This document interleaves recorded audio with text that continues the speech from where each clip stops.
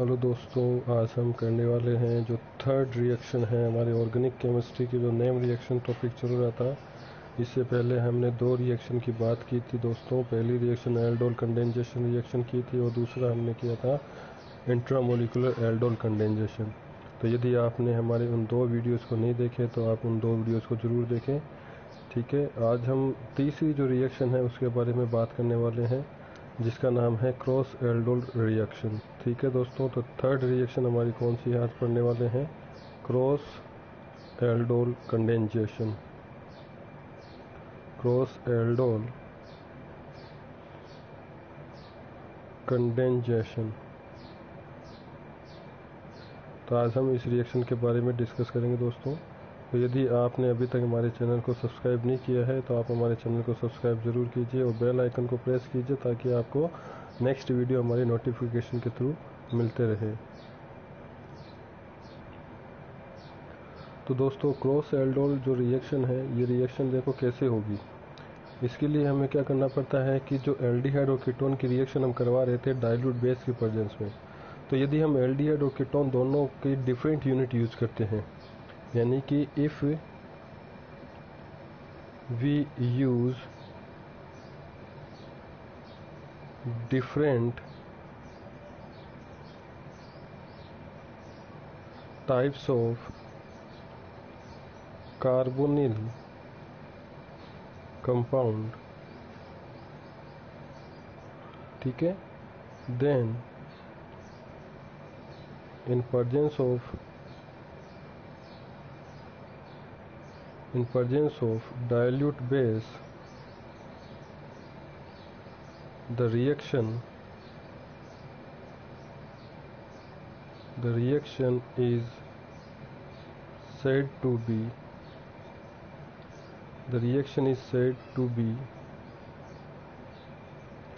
Cross aldol condensation reaction कहलाएगी। ठीक है दोस्तों, यानी कि जब हम कार्बोनिल कंपाउंड की डिफरेंट यूनिट यूज़ करते हैं, डिफरेंट टाइप के अपन यूज़ करते हैं, तो इन प्रेजेंस ऑफ बेस, तो बेस की प्रेजेंस में अपन जब इसका रिएक्शन करवाएंगे डिफरेंट टाइप ऑफ एल्डिहाइड और कीटोन्स, तो इस रिएक्शन को हम क्या कहेंगे? इस रिएक्शन को हम कहेंगे क्रॉस एल्डोल कंडेंसेशन रिएक्शन कहेंगे दोस्तों। ठीक है, अब इस रिएक्शन में हमें क्या मिलेंगे? In this reaction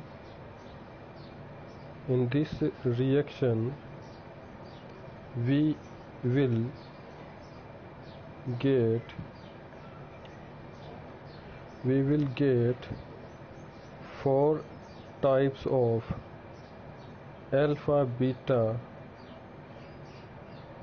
unsaturated carbonyl compounds। यानी कि इसमें जब हम कंडेंसेशन करवाएंगे क्रॉस एल्डोल, तो यहाँ पर टोटल 4 टाइप के अल्फा बीटा अनसेचुरेटेड हमें कंपाउंड मिलने वाले हैं। ठीक है दोस्तों, इसी रिएक्शन को हम क्या कहते हैं? इसी को हम कहते हैं क्रॉस एल्डोल कंडेंसेशन रिएक्शन। इसी को हम कहते हैं क्रॉस एल्डोल कंडेंसेशन रिएक्शन। ठीक है दोस्तों, समझ में आ गई मेरी बात आपको? तो क्रॉस एल्डोल कंडेंसेशन कब होगा? जब हम डिफरेंट टाइप के एल्डिहाइड और कीटोन यूज़ करेंगे, तब ये रिएक्शन होगी। चलो हम रिएक्शन की बात करते हैं। तो यदि हम CH3 CHO की रिएक्शन करवा दें, CH3 C double bond O और CH3, ठीक है दोस्तों, ये तो हमने लिया है एल्डिहाइड जिसका नाम है एसिटैल्डिहाइड। ये तो हमने एसिटैल्डिहाइड लिया है, और ये हमने लिया है एसीटोन। ठीक है, एक तो लिया एसीटोन और एक लिया है एसिटैल्डिहाइड, तो दोनों ही डिफरेंट कार्बोनिल कंपाउंड्स है। तो इनमें जो कंडेंसेशन रिएक्शन होगी in presence of dilute NaOH, तो वो जो रिएक्शन होगी वो क्रॉस एल्डोल कंडेंसेशन रिएक्शन होगी दोस्तों। ठीक है, तो इसका जो मैकेनिज्म है वो सेम ही टाइप का मैकेनिज्म होगा जो हमने पहले एल्डोल कंडेंसेशन में किया था। तो इसमें ये जो एसिटैल्डिहाइड है, ये इसका अल्फा कार्बन इनोलाइट बनाएगा, यानी कि ये जो कार्बन है इसमें इनोलेट बनाता है। तो जब ये इनोलेट बनाएगा तो ये अटैक करेगा इस कार्बोनिल कार्बन पे। तो इसका जब हम रिएक्शन करेंगे तो यहाँ पे हम क्या बनाएंगे इसकी, चलो इसकी मैकेनिज्म की हम बात कर लेते हैं यहाँ पे। तो हमारे पास सबसे पहले तो क्या लेते हैं, जो एसिटाल्डिहाइड है वो इनोलेट बनाएगा, क्योंकि एल्डिहाइड जो होता है वो स्टेबल इनोलेट आयन बनाएगा, बिकॉज उसका जो कार्बन होगा वो ज़्यादा इलेक्ट्रोफिलिक होगा। तो CH2 और ये H एंड CHO, ठीक है दोस्तों, ये अल्फा कार्बन है और बेस की प्रेजेंस में रिएक्शन करवाते हैं हम। तो ये H यहाँ से क्या कर लिया जाएगा, एक्सेप्ट कर लिया जाएगा फ्रॉम द OH, और ये जो कार्बन है वो यहाँ पर जो इलेक्ट्रॉन है वो एक्सेप्ट कर लेगा।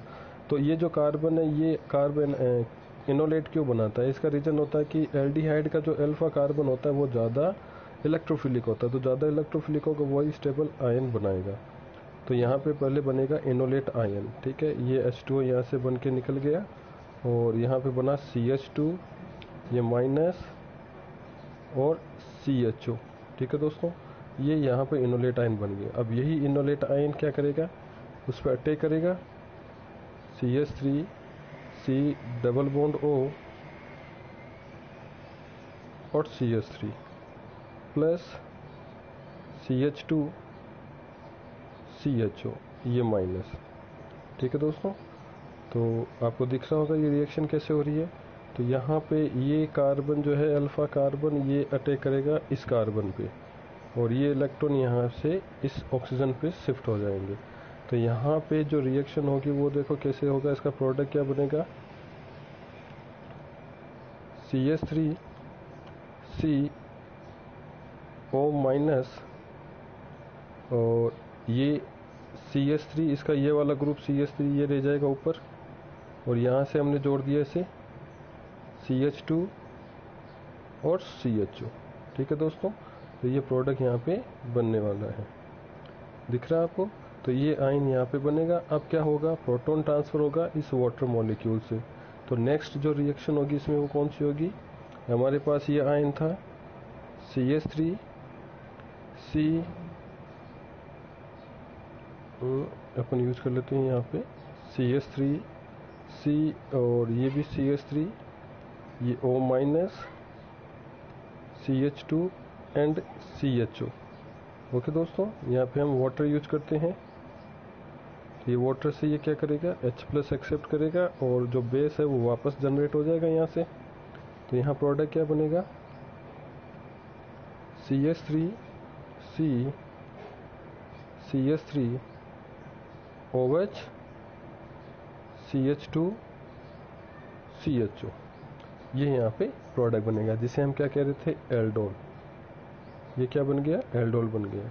अब जैसे हम टेम्परेचर हाई करेंगे तो हाई टेम्परेचर पे, ठीक है, और इसे वार्म करेंगे गर्म करने पर, तो वार्म करने पे यहाँ से क्या होगा, अल्फा से H एलिमिनेट होगा और यहाँ से OH एलिमिनेट होगा, यानी कि कौन सी रिएक्शन होगी, E1CB रिएक्शन होगी, ठीक है। ये मैंने पहले भी आपको बताया था E1CB रिएक्शन कौन सी है। तो यहाँ से क्या होगा, OH एलिमिनेट होगा, तो क्या प्रोडक्ट बनेगा, अल्फा बीटा अनसेचुरेटेड कंपाउंड बनेंगे। तो CH3 CH3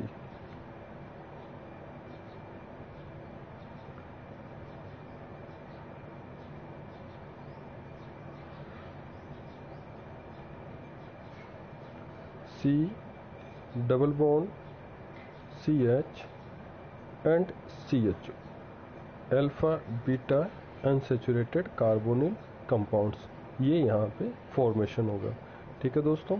तो देखो यहाँ से इसका एलिमिनेशन कैसे हुआ है, यहाँ से अल्फा से हमें एक H लेना है, ये H हमने ले लिया, ठीक है दोस्तों। तो ये H और ये हो गया OH, ये दोनों यहाँ से एलिमिनेट हो जाएंगे, ठीक है। किस में एलिमिनेट हो जाएंगे, वाटर मॉलिक्यूल बना लेंगे, तो डिहाइड्रेशन हो जाएगा यहाँ पे। तो डिहाइड्रेशन से हमें यहाँ क्या मिलने वाला है, यहाँ पे हमें मिलेगा अल्फा बीटा अनसेचुरेटेड कंपाउंड, ये हमें कंपाउंड में ऑब्टेंड हो जाएगा, ठीक है दोस्तों। ये थी क्रॉस एल्डोल रिएक्शन। तो जैसे हमने इस टाइप से एल्डिहाइड को हमने इनोलेट में बनाया था, तो इसी टाइप से जो एसीटोन है वो भी एक इनोलेट बना के यहाँ पे अटैक कर सकता है और डिफरेंट प्रोडक्ट बना सकता है। तो पहला प्रोडक्ट तो हमारा ये बन गया, पहला प्रोडक्ट तो ये बना दिया। अब हमें बनाने कितने हैं, 3 प्रोडक्ट और बनाने इसमें। ठीक है दोस्तों, तो पहला प्रोडक्ट हमने बना दिया। अब बाकी के प्रोडक्ट देखो कैसे बनाएंगे, उसके लिए हमें शॉर्ट ट्रिक यूज करनी है। तो एक शॉर्ट ट्रिक है, आपको ध्यान में रखना है। शॉर्ट ट्रिक है इसके लिए। अब वो शॉर्ट ट्रिक कैसे होगी देखो। शॉर्ट ट्रिक देखिए, शॉर्ट ट्रिक हमें कैसे करनी। तो एक कंपाउंड हमने बना दिया था एल्डिहाइड को इनोलेट लेके। अब हम क्या करेंगे कि दूसरा जो एसीटोन है उसे हम इनोलेट लेंगे। तो ये है हमारा एसीटोन। तो CH3 C double bond O and CH3। ठीक है, इसका हम इनोलेट लेंगे। तो इसके 2 हाइड्रोजन जो हैं वो हम ऐसे अलग लिख लेते हैं, ये अल्फा कार्बन है। तो इसका इनोलेट लेंगे, प्लस में acetaldehyde C double bond O। ठीक है, ये CH और ये बन गया CH3। ठीक है दोस्तों, तो अब यहाँ से हमें क्या करना है, इन 2 H को और इस ऑक्सीजन को यहाँ से बाहर निकाल देना है।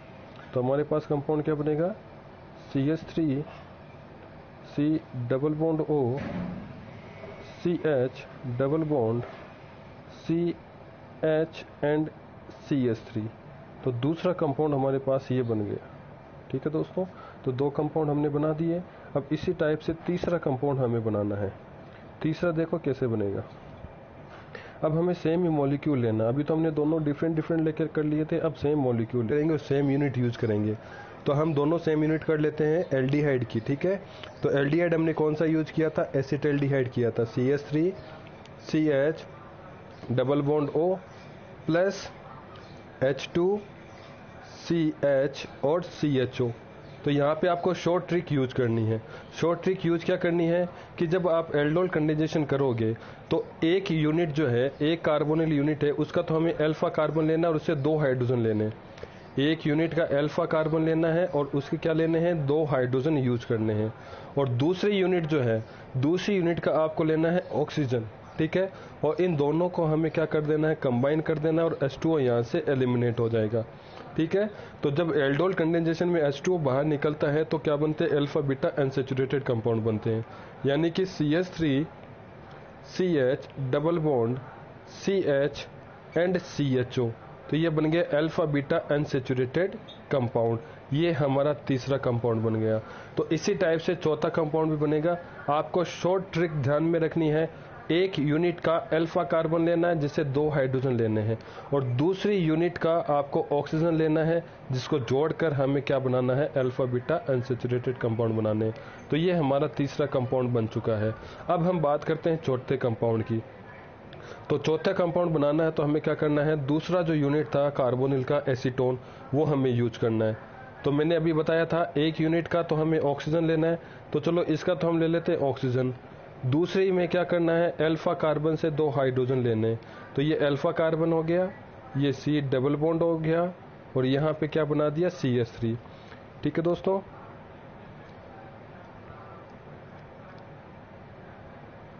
ये बन गया CH3।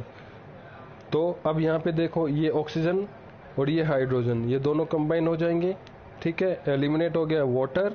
तो यहाँ पे क्या बनेगा, CH3 C double bond CH C double bond O and CH3। ये बन गया। ये हो गया आपका फोर्थ कंपाउंड। तो इस प्रकार से हम 4 कंपाउंड का फॉर्मेशन करेंगे क्रॉस एल्डोल कंडेंसेशन में। ठीक है मित्रों, यदि आपको ये रिएक्शन समझ में आई है तो आपको एक क्वेश्चन दे रहा हूँ, इस क्वेश्चन को आपको सोल्व करना है। क्वेश्चन ये है कि CH3 CHO plus CH3 CH2 CHO, इस दोनों का डाइल्यूट NaOH में हम क्रॉस एल्डोल कंडेंसेशन करवाएंगे। तो 4 प्रोडक्ट बनेंगे, A plus B plus C plus C plus D। आपको इन चारों कंपाउंड को बताना है, ये चारों कंपाउंड क्या बनेंगे। तो आप ये रिएक्शन खुद करके देखिए कि चारों में क्या क्या बनने वाला है। जैसे ही आपको ये रिएक्शन आ जाती है तो आप हमें कमेंट करके बता सकते हैं कि इसमें ए क्या बनेगा, बी क्या बनेगा, सी क्या बनेगा और डी क्या बनेगा। रिएक्शन कौन सी करनी है आपको ये मैं बता देता हूँ। यहाँ पे रिएक्शन होगी cross aldol condensation, ACAC, cross aldol condensation यहाँ पे रिएक्शन होने वाली दोस्तों। ठीक है, तो इस रिएक्शन को यूज करते हुए आपको बताना है यहाँ पे क्या प्रोडक्ट बनेगा। Thank you.